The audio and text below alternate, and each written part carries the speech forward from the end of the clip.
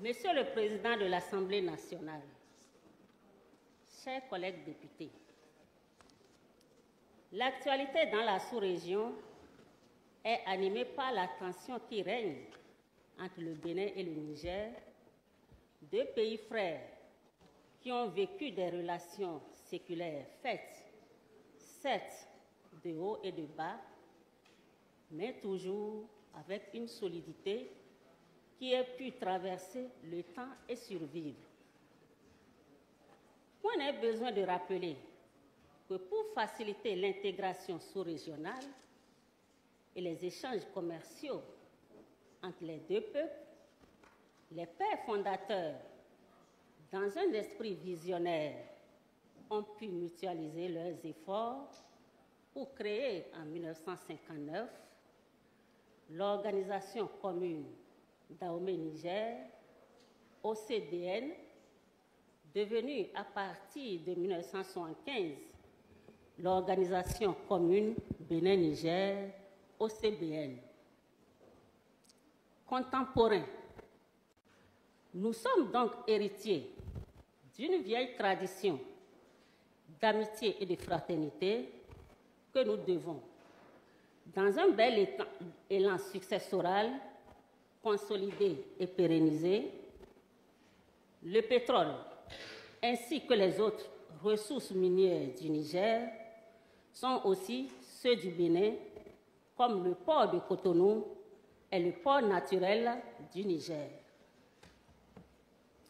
L'arsenal juridique international, notamment les textes des Nations Unies, fait obligation aux États portuaires de faciliter l'accès à la mer aux pays de l'interland.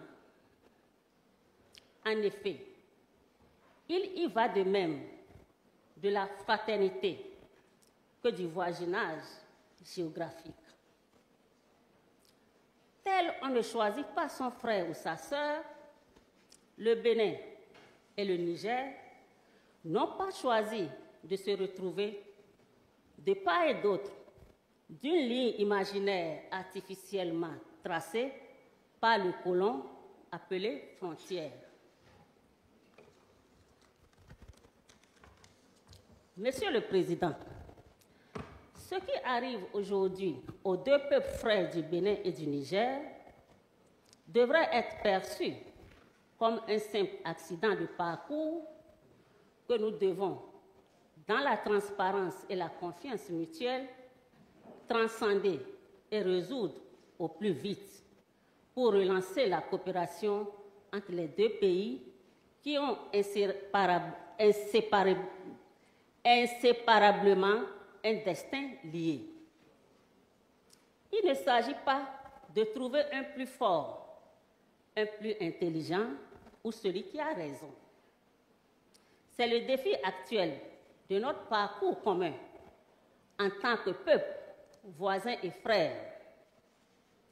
Le charisme d'homme d'État se révèle le plus souvent au carrefour des tumultes et à l'heure des défis majeurs. Nous y voilà.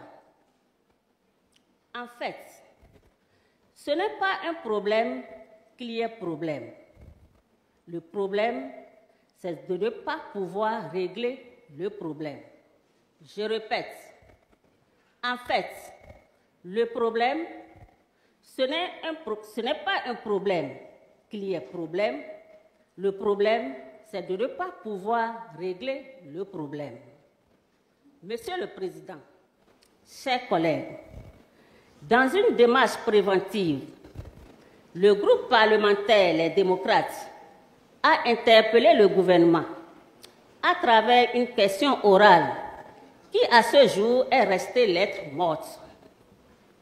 Dans la même veine, le parti Les Démocrates, par une sortie publique, avait tiré la sonnette d'alarme en appelant en vain à la désescalade et en exhortant les parties prenantes à privilégier le dialogue.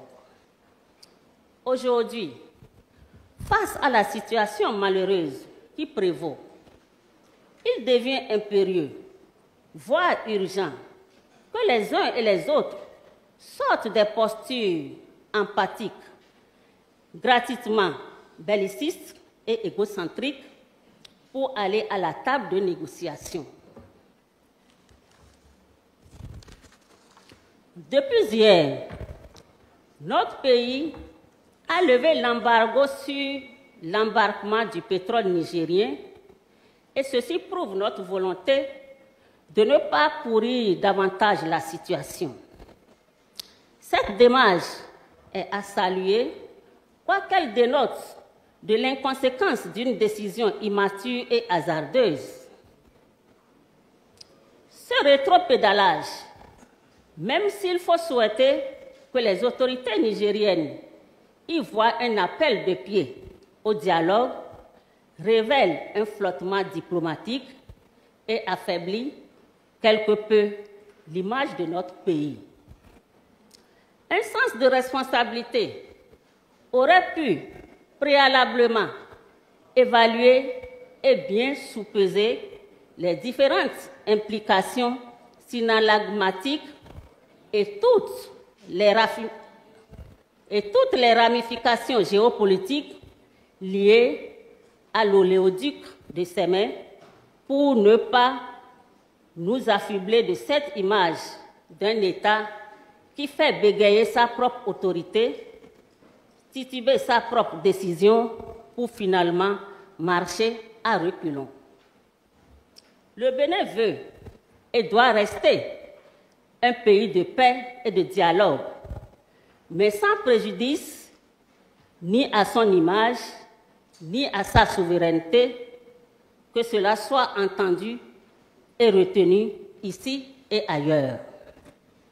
Monsieur le Président, chers collègues, la paix des braves permet d'envisager le développement économique des deux peuples pour un avenir prospère de coopération. Dans la dynamique des relations, les crises sont parfois inévitables, mais porteuses et révélatrices de nouveaux élans pour être plus forts et aller ensemble plus loin. De toute évidence, cela appelle autre chose que les querelles de personnes, les polémiques futiles et inutiles des acteurs qui, en panne d'objectivité et de responsabilité, réduisent maladroitement et bougrement les problèmes conjoncturels de deux peuples à une frontalité oppositionnelle yaï-talon. Mais, au fond, pourquoi l'ancien président Boni Yahi hanterait si tant les esprits d'un pouvoir qui dit avoir rompu depuis plus de 8 ans et qui, hélas, peine à prendre un nouveau élan, un nouveau départ.